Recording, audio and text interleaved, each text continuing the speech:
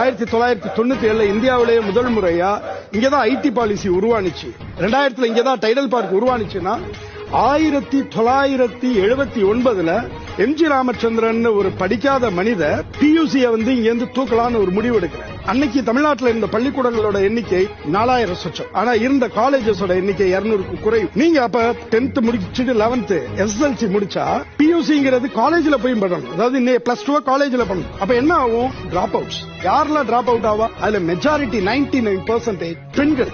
அவங்க காலேஜ் போகவே முடியாது. பியூசியை தூக்கிட்டு 10+2 சொல்லி இந்த +2 ஸ்கூல்ல எழுதுன்னு சொல்லும்போது பள்ளி கல்வியை முடிக்கக்கூடிய வாய்ப்பு கிடைக்கும். இது ஒரு முடிவு. இரண்டாவது முடிவு, அடுத்தது 82 அவர் எடுத்த முடிவு, தனியார் கல்லூரி. அதையும் நாம எப்படி புரிஞ்சுட்டு பேசிட்டு இருக்கோம்? தனியார்லாம் சம்பாதிச்சா அதுல பேசப்படாத விவரம் ஒண்ணு இருக்கு. அன்னைய வரைக்கும் தமிழ்நாட்டில் இருந்த பொறியியல் கல்லூரிகளோட எண்ணிக்கை, மருத்துவ எல்லாமே ரொம்ப குறைவு.